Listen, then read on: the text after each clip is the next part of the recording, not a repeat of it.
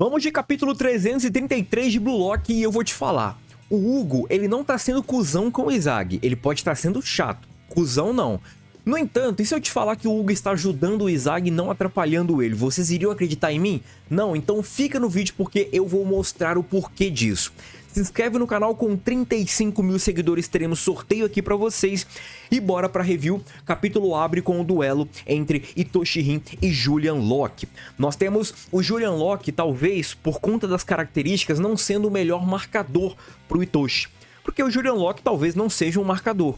Mas, por conta do conhecimento que o Locke tem diante do Rin, diante das capacidades do Rin, o Locke é sim o melhor marcador. Tanto que o Locke, o trabalho do Locke é apenas cercar o Itoshi. O Itoshi ele consegue algumas jogadas, mas não consegue de forma eficaz a jogada. Ele tá sempre com o Locke na cola dele, ele tá sempre com o Locke ali dividindo o espaço da bola ali com ele. E nós temos uma zona muito similar à zona que aconteceu ali, tomadas as devidas proporções, tá, rapaziada? Mas muito similar à zona que aconteceu do Lavinho com o Noel no jogo entre Bartia e Bastard. Aquela zona meio que indicava talvez uma dimensão alternativa no campo, onde só aqueles dois poderiam estar, e qualquer pessoa que entrasse ali, que não fosse esses dois, sofreria muitas consequências, e foi justamente o que aconteceu, né? O Izag tentou fazer um 2x1 ali para auxiliar o Noel e acabou meio que só facilitando a vida do Lavinho, porque o Izag era muito fraco. E nós temos os dois pilares técnicos dos respectivos times, abrindo essa zona em campo, né? Por que eu falo que é tomar a devida proporções? Porque a gente só tem meio que o chão ali, meio que indicando ali um espaço onde os dois estão ali se degladiando, não necessariamente uma bola completa indicando uma dimensão fechada, né? Que foi mais ou menos o que aconteceu no primeiro jogo da Liga Neo Egoish. Nós temos então o Locke entendendo que o Rin tá se preparando para chutar, o Rin que o Locke pediu para ousar mais nos chutes, né? Tentar chutar um pouco mais, tentar chutar ali na questão sem precisar de um cenário perfeito. E o Locke, ele entende que o Rin, ele sempre chuta, ele sempre vai tentar esse chute quando ele tá sendo pressionado por alguém. Então o Locke, ele limita o espaço de chute do Rin, enquanto o Hugo acaba bloqueando o ângulo que o Rin usou para chutar. E é muito similar ao que aconteceu com o Rin lá no jogo contra o Bastard, onde Kaiser e Izag sempre faziam isso com ele. Nós tínhamos alguém ali limitando os ângulos de chute dele, e o ângulo que ficava aberto, o outro sempre acabava cobrindo esse espaço. Muito legal. Nós temos ali a finalização passando perto do gol. Eu não sei até que ponto isso pode ter sido interessante ou não, um indicativo ou não, pelo fato de que, tipo assim, será que isso pode ter sido uma brecha? Será que o Hugo ter desviado esse chute na direção do gol era pra de fato ter acontecido, ou era pra meio que ter desviado em outra direção? Eu acredito que tá tudo certo, tá? A bola passa até relativamente longe do gol. O Rin tá bem incomodado com toda essa situação e o Hugo tá bem tranquilo com toda essa situação. Depois que ele tira ali a bola, ele levanta e o Izag começa a entender um pouco mais, olhando ali pro Hugo, do que está acontecendo com o Japão, e ele se questiona, será que o Japão consegue vencer a França? Existe maneira ali de vencer a França? Bom, o Izag entende que estão prevendo tudo o que está acontecendo em campo, não só o lance do Rin agora, sobre a parada da finalização do Rin, como ele finaliza, como ele gosta de chutar, os ângulos e tudo mais, mas não só isso, o drible do Bachira, a velocidade do Shigiri, a adaptação do Izag, tudo está sendo neutralizado pela França. Os jogadores da França estão sempre no lugar certo, o camarada certo, e eles estão performando 100%, porque ele é um time muito adaptável, é um time que consegue se virar contra os mais diversos adversários, contra os mais diversos estilos de jogo, conseguindo assim ser o número 1 dessa geração sub-20 que vem aí. E o Izag, ele entra em parafuso, em pânico, e é uma crítica que eu vou fazer ao Izag quando chegar ao momento nesse capítulo aí, então fica comigo. Agora nós temos o Hugo falando um pouco sobre o Blue Lock. O Blue Lock, o Hugo, ele fala que é um bom time, porque juntou ali a diligência do futebol japonês, que é o cuidado ali com as táticas,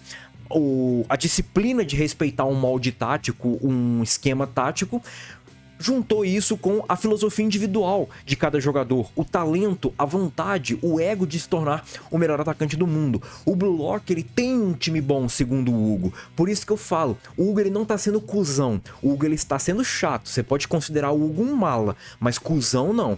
O Hugo, ele só tá falando pra caramba. É aquele famoso fala muito ali dentro de campo. Nessa conversa de empate ego é citado porque o Hugo, ele ele explica que para você conseguir combar isso, para você montar esse time híbrido que tá acontecendo aqui, o treinador tem que ser uma pessoa excepcional. Aqui é legal, né? Porque deu a entender nas traduções que parece que o Hugo, ele citou diretamente o Jim Paciego, só que não citou o Jim Paciego nas traduções dos spoilers. E citando o Jim Paciego, parece que dava a entender que o Hugo já conhecia o Jim Paciego, mas o Hugo aparentemente não conhece. Ele só cita que o treinador deles é uma pessoa excepcional. Pode ser que o Licker, ele meio que trouxe o Jim Paciego pra meio que citar, ó, o Hugo está falando do Jim Paciego, né? Tá falando que o Jim Paciego é uma pessoa sensacional, mas isso gera duplas interpretações. Por isso que eu sempre reforço aqui. Eu trago os spoilers como um conteúdo e a review como um outro conteúdo, que pode ser meio que complementado com os spoilers ou meio que pode ser tratado como normal, mesmo tendo os spoilers, porque não tem nada a acrescentar. Mas o ego, ele aparece em alguns frames aqui desse capítulo, bem importante, né? Porque tem ali todo momento a narrativa do Hugo com o Izag, mas a gente viu aqui alguns quadrinhos do ego aparecendo. Eu quero ver até que ponto o ego, ele sofreu o que o Izag tá sofrendo agora, ou até mesmo o que o Sai sofreu, né? Que ele foi sonhando em uma posição e acabou tendo que virar outra posição, e talvez ele não conseguiu desempenhar, ou não gostou de desempenhar aquela posição, e o Jim Pat, por exemplo, criou o projeto para isso não acontecer novamente, né? Enquanto o Sai, aparentemente, ele conseguiu se adaptar. E agora nós temos o Hugo explicando o que vence uma partida. É 66% de talento, 33% que é o comportamento, né? O ambiente ali num geral, que eu acredito seja o comportamento do time, o comportamento dos jogadores e o ambiente que isso vai gerar, o clima que isso vai gerar. E o 1% de sorte. A sorte de fato é importante no futebol, só que a sorte é algo que tem que ser tratado como uma coincidência, algo que pode acontecer e a gente tem que estar preparado para acontecer. Só que o Blue Lock, principalmente o Izag, ele não tá usando isso como algo que pode acontecer, ele tá tentando lutar para isso acontecer, e não é exatamente isso que o Hugo entende que é necessário pro Blue Lock se destacar. O Hugo, ele tá mostrando pro Izag, durante o jogo, todas as fragilidades que o Blue Lock ainda tem. E isso é importante narrativamente, porque a gente tem que entender que mesmo o Blue Lock ter feito o primeiro jogo muito bem, uma vitória absoluta, e de fato mostrou que, tipo assim, nós somos um time bom, mas assim, a Nigéria também é um time ruim, é um time limitado. A Nigéria tem ali duas peças, que é o Kuzo e o Onazi, e só. Mas a Nigéria poderia apresentar alguma coisa porque eles vieram como campeões da África. O Blue Lock, ele ainda tem muito que evoluir. Aquele 4-0 é muito importante, é muito significativo, mas ainda não mostra absolutamente nada. São nessas provas de fogo, talvez não contra a França, mas por exemplo contra uma Inglaterra da vida, que o Blue Lock vai se provar de fato. Por que eu falo não contra a França? Porque a França é a favorita, porque a França é aquele time que tá saindo na frente, tá desgrudando do bloco. Então é muito complicado você competir com esse tipo de time, e é certo que você vai entrar ali como sendo o azarão. Então você tem que se provar competindo ali no igual para igual. Mas o time do Blue Lock é um bom time, tá? Não se engane, o próprio Hugo tá falando isso. Mas o time do Blue Lock tem um problema, que é depender do Izag Oit, e isso é verdade, tá? Mas eu vou pontuar algumas coisas. Eu concordo com o Hugo, tá? Eu concordo com o Hugo, e o Hugo, ele até mesmo fala que o Izag, ele trabalha com essa sorte, e isso acaba incomodando o Izag. E isso só meio que corrobora com o que o Hugo tá falando. A dependência do Izag vem de onde? Nós temos, por exemplo, o Bátira correndo, o Bátira driblando, perdão, e ele não consegue fazer muita coisa. Então talvez ele espera que o Izag, ele se adapte àquilo para ele voltar a jogar. O Mikadireu, quando ele ganhou a bola, para quem que ele tocou a bola quando ele copiou o Kunigami? Pro Izag. O Itoshi Rin, lá no banheirão dos campeões, o que ele fala pro Izag? Izag, não fique satisfeito até eu conseguir destruir o Toshisai. Porque o Itoshi Rin, ele depende do Izag como escada. Tecnicamente falando, o Itoshi Rin é muito bom jogador, só que ele depende do Izag como escada. Ele quer esses holofotes pro Izag, não porque ele gosta dos holofotes no Izag, mas é porque ele entende que aquilo vai auxiliá-lo também. E é essa dependência que o Blue Lock meio que tá sofrendo nesse jogo contra a França, porque a França entendeu e sabe como neutralizar isso. Então, a partir do momento que o Izag para de evoluir, para de pensar e para de se adaptar, o Blue Lock entra em colapso.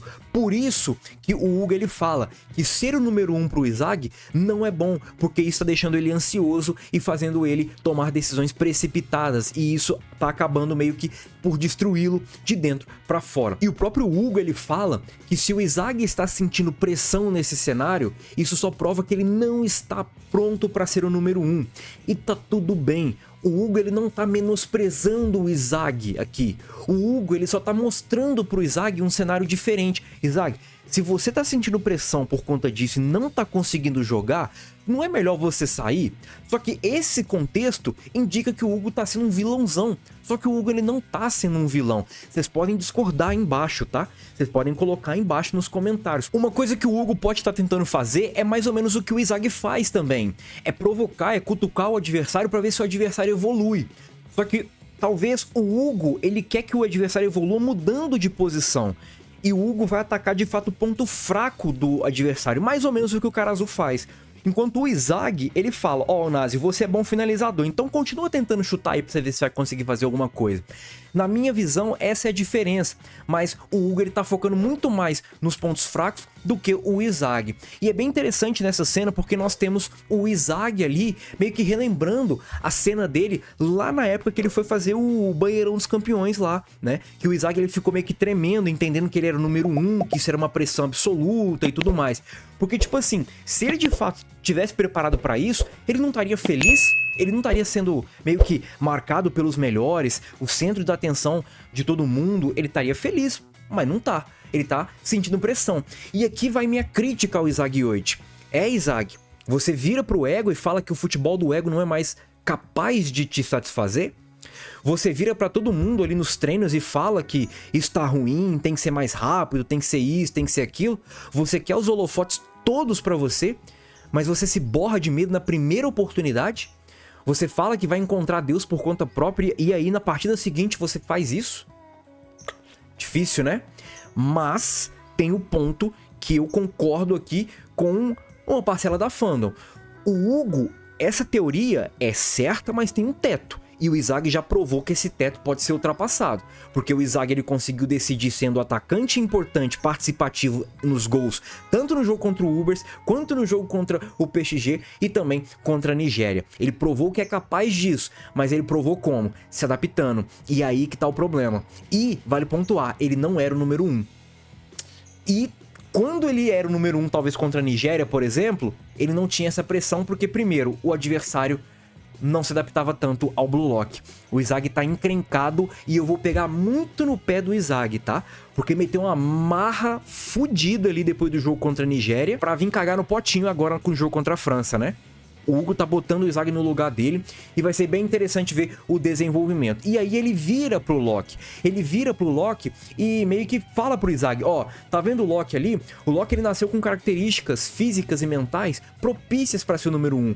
Ele entende que é capaz de ser o número 1 por conta disso. E eu entendo isso também. Por isso eu vou ajudá-lo. Eu vou ajudá-lo a ser o número 1, sendo o segundo melhor do mundo. E aqui que entra uma parada que eu posso meio que ter entendido errado, mas, tipo assim, o Hugo, quando ele fala ser o segundo melhor do mundo, ele não meio que menospreza essa posição. Ele valoriza essa posição. Porque o que deu a entender é que o cara número 1 só tá ali porque o Hugo é o número 2. Porque ele, o número 2, tá ali ajudando ele. Por quê? Porque ele entendeu o limite dele e entendeu onde ele pode ser útil, onde ele pode ter mais destaque e onde ele pode mostrar a luz pro número 1. Tanto que o próprio o Loki, quando ele vê o Charles, ele fala isso. Eu preciso de você para ser o número 1. Eu preciso de você para superar o Noel Noah. Entende o que o Hugo tá querendo dizer? Em nenhum momento o Hugo ele tá sendo cuzão com o Izag. Ele tá tentando auxiliar o Izag para mostrar pro Izag o seguinte: Izag, olha, suas características não são boas como atacante. Talvez você consiga muito mais destaque e muito mais capacidade sendo esse meio campista do que sendo um atacante. E aí você vai conseguir de fato ser muito mais útil pro seu time do que meio que sendo um atacante buscando esse número 1 aí que você não tá preparado. Só que aí vem o desenvolvimento do Izag. Nessa partida, o Izag ele pode até usar esse artifício para vencer, que é aquela ferramenta que o Izag sempre transforma a galera, ou ele se transforma numa ferramenta pra galera utilizá-lo, né? Que é vencer a todo custo, que esse é o ego do Izag. Não necessariamente ele vai precisar seguir essa filosofia todas as partidas, porque igual eu já falei, a teoria do Hugo, o Izag já passou essa teoria. Só que ele vai conseguir passar essa sempre? Ele vai conseguir se provar sempre? Então, acho que é mais ou menos isso que o Hugo tá querendo dizer pra ele, e eu acho que isso pode ser o ponto ali que o Kaneshiro vai desenvolver o Izag dentro dessa Copa do Mundo. O Izag ele vai sentir pressão nesse jogo? Vai. Ele vai errar? Vai. E isso pode custar uma vaga dele? Pode. Mas é aí que vem o desenvolvimento do Izag. Meteu uma marra e agora tá cagando no potinho. Outro destaque, a galera tá perguntando quem que pode entrar nesse jogo, né? Kiora, Jin, Yukimiya, Shidou, Kunigami, Battle, todos esses camaradas podem acabar entrando. O Kiora Jin é até interessante, né? Que tem ali a lógica do Kiora Jin, né? Que nem Deus sabe pra quem eu vou tocar, porque ele sempre vai se aliar ao azarão, ou ele sempre vai meio que esperar até o último momento pra ver de fato quem vai receber a bola. E isso pode acabar meio que alterando ou dificultando o Hugo nessa questão do destino. Kunigami e Battle, Shidou e Battle, perdão, é aquela parada de imprevisibilidade, uma individualidade muito forte, não dependendo tanto do Izag. E o Kiora também não. Yukimiya, quebrador de linha nato, muito forte, eu acho que pode acabar entrando, eu quero muito ver esse up do Yukimiya. E Hiyori, que pode acabar até mesmo ganhando destaque, Kunigami pra ser essa força ali do Izag contra o Hugo, pode ser muito útil, ou até mesmo contra outros jogadores, pode acabar meio que sendo uma força que gira ali o sistema do Blue Lock contra o time da França, né? Vamos ver como é que vai funcionar essas substituições. E agora o Hugo ele convida pro Izag ser o número 2, porque ele sendo o número 2, o Blue Lock vai conseguir ficar cada vez mais forte e nós temos o ego novamente nessa cena, hein? Escanteio pro Blue Lock, escanteio pro Japão, vamos ver o que vai acontecer. Tempo de despertar é o título do próximo capítulo. Será que temos gol? Quem que vai despertar? Comenta aí, tamo junto e é nóis. Fui!